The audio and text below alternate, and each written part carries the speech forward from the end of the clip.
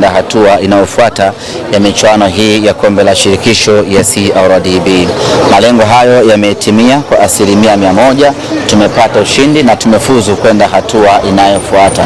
Pongezi kubwa zinakwenda kwa wachezaji wetu na benchi mafuti kwa sababu tumetimiza malengo yetu ya kwenda hatua inayofuata.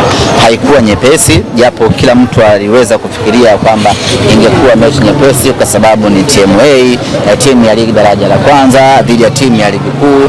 Kwa kila mmoja alikadiria kadri anavyoweza kwamba itakuwa ni mechi nyepesi, lakini kiuhalisia haikuwa mechi nyepesi. Ilikuwa ni mechi ngumu na TMA wameonyesha ubora wa hali ya juu, lakini hatimaye timu bora zaidi imepata ushindi leo. Tumekwenda hatua inayofuata. Sasa mipango mingine ni nini sasa baada ya kwenda hatua inayofuata? Mara baada ya kumalizana hii leo na TMA, tunarejea tena katika uwanja wa Mo Simba Arena kesho Jumatano kwa ajili ya kuanza na kuendelea na mazoezi, tukijiandaa na mchezo wetu dhidi ya Dodoma Jiji tarehe 14 hapa katika uwanja KMC. Mechi yetu ya kiporo tunakwenda kucheza na Dodoma Jiji. Lazima kila mmoja atambue kwamba tuna mchezo mgumu siku ya tarehe 14. Dodoma Jiji ni moja kati ya wapinzani moja kati ya timu ambazo zinatupa upinzani mkubwa sisi na wao.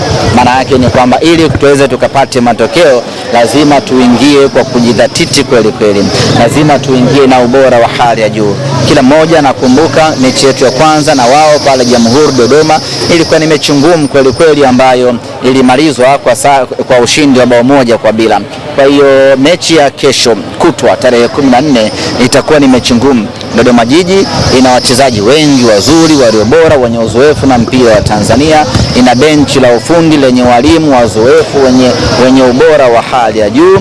Hivyo wanakwenda kuproduce mechi ngumu na mechi nzuri. Lakini yote kwa yote, maandalizi ambayo tutafanya kwa muda wa siku hizi mbili ndio ambayo yatakwenda kudetermine tutakuwa na mchezo gani na siku ya tarehe 14.